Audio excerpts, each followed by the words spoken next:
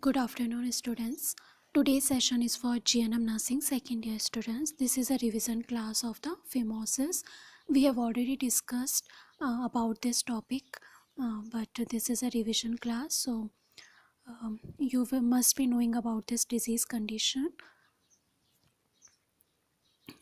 In today's session, I will briefly tell you about what is phimosis, what are the signs and symptoms, why it is caused, and what are its types, how to diagnose it, and what is the management of the phimosis. So phimosis, it is inability to retract the foreskin, or foreskin is also called as prepuce. So inability to retract the prepuce, and foreskin covers the head of the penis. So phimosis may appear as a tight ring or the rubber band of foreskin around the tip of the penis, and it may prevent the full retraction. Okay, so phimosis means the person is unable to retract the foreskin.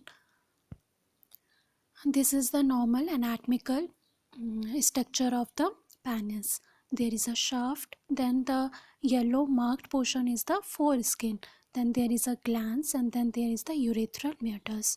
So in the normal, the foreskin can be retracted back from the glans, but see in the diagram, in the phimosis condition, this foreskin covers the glans penis and therefore it can't be pulled back. You can do comparison of the normal penis with the phimosis. Now its severity ranges. It can be that there is a partial exposure of the glans, or it may be possible that the whole of the glans is covered by the foreskin and there is no any retraction. There are two types of phimosis, physiologic and the pathologic. What is physiologic? It means the children are born with a tight foreskin at the birth, okay, and the separation will occur naturally over the time. In more than 90% of cases, this inability to retract the foreskin resolved by the age of 7. So at birth there will be phimosis, but as the person ages, by the age of 7, in more than 90% of cases it will resolve, and in 99% of cases it is resolved by the age 16.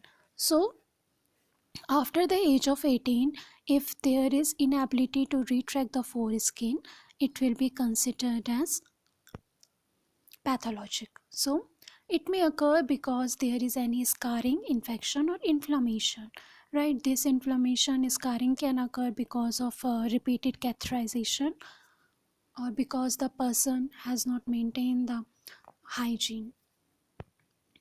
Now what are the signs and symptoms? Relative phimosis. Relative phimosis means difficulty only in retracting the foreskin. So then full phimosis, inability to retract the foreskin. Then painful erection will be there, and dyspareunia, it means pain while doing the sexual activity. Now the diagnosis. Diagnosis is done by the clinical examination only, and it is very important to evaluate what is the severity of the phimosis. Management. Physiological phimosis does not require any intervention. Then there can be surgical treatment or the non-surgical treatment. In the non-surgical treatment, application of the steroids such as betamethasone, pomethazone, furoate, and the cortisone. Why it is used? Because what it will do, it will reduce the inflammation and the immune response of the body, and the skin can be thinned out, right? So it will help in thinning of the skin, foreskin, and ultimately there will be problems of difficulty or inability to retract the skin that will be solved. The surgical management include the circumcision. Circumcision means surgical removal of the foreskin. In the image you can see there is a uncircumcised penis in which the foreskin is fully covering the glans penis, while in the circumcised, there is the glans penis, there is the urethral orifice and the foreskin is removed. So what are the steps? So this is the foreskin, and the glans is visible, and the more reddish portion, and the this portion which is picked up by this instrument, this is foreskin. So a small slit is made on the foreskin, and so that it will get loosened from the head of the penis. Then, and this is a device which is placed over the glans penis, right? What is its function? Why we have kept it? Because it will protect the penis and allow the foreskin to remove safely. Then the foreskin is tied to the ring, and then it will be trimmed. So ring is there, and that portion was trimmed, the foreskin was trimmed. This ring will be left in place, and it will fall off after 5 to 7 days, and after it will fall down, and there will be healed this foreskin. But there may be that a metal device is used. If metal device is used, then uh, it is this it is will be tied to the foreskin at the base of this device. Then it will be removed at the end of the procedure. No requirement of keeping it there for the 5 to 7 days. It will ultimately removed at the end of the procedure, and the foreskin will look like this. So this is a circumcision procedure.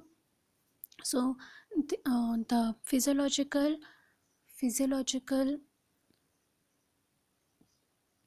phimosis does not require any intervention if there are no any complications. I will discuss about the complications later in the slide. But there are surgical management and the non-surgical management. In the non-surgical management, the steroid creams are used for the application, topical application over the penis area, so that the foreskin can be thinned out and it will easily get retractable, while the circumcision is a surgical treatment. Now the complications can be like balanitis, posthitis, ballonoposthesis, and the frequent UTI. Balanitis means that it is the inflammation of the glans penis, and the posthitis means it is the inflammation of the foreskin. There may be combination of in which the infection of both the glans penis and the foreskin is there, and there may be frequent UTI. So today we discuss about the phimosis. We have already done this topic. This was just a revision class. So most importantly, I have discussed it in a brief way. Special points are discussed in the slide. Hope so you have learnt. Thank you.